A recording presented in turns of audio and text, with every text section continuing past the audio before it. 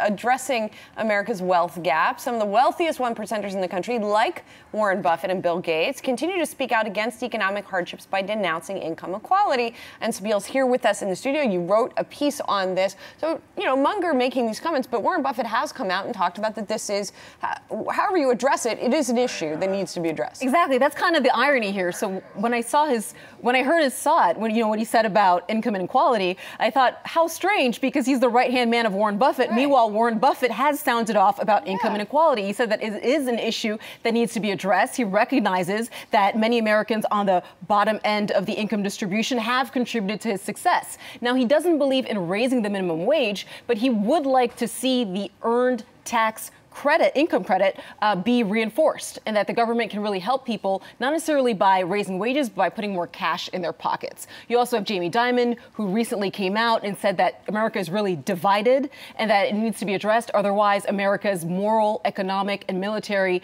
dominance will just cease to exist. I mean, besides that comment, though, from Warren Buffett about the earned income tax credit, we haven't heard a lot of concrete ideas from these folks. I mean, the ideas have more come from the political side of the equation. They've been critical of those people, whether it's AOC or Elizabeth Warren or whomever it is, or Bernie Sanders. I haven't heard a lot of idea generation from these folks. Yeah, so two billionaires. So Steve Schwarzman of Blackstone Group, he actually came up with a proposal to have a Marshall Plan, like 3 ideas for addressing income inequality.